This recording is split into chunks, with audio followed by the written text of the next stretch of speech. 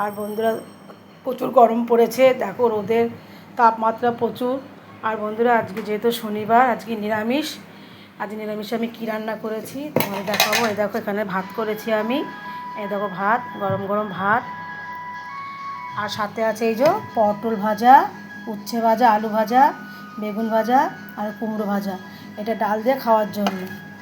আর দেখো এই যে প্লেন ডাল করেছি, মুগ ডাল, জিরা তেজপাতা শুকনো লঙ্কা সোমবার দিয়ে একটু আদাও দিয়েছি, এটা দিয়ে মুগ ডাল করেছি। আর করেছি এই যে পুঁই শাকের ঘ্যাঁট, কুমড়ো, বেগুন, আলু সব রকম সবজি দিয়ে আমি এই ঘ্যাঁটটা করেছি। আর করেছি এই যে আমের চাটনি, শেষ পাতের চাটনি না হলে হয়। এই যে আমের চাটনি করেছি, এটা গাছের আম চাটনি করেছি। সাথে এই যে স্যালাড আছে, শসা আছে, আর আছে এই যে পাঁপড় ভাজা।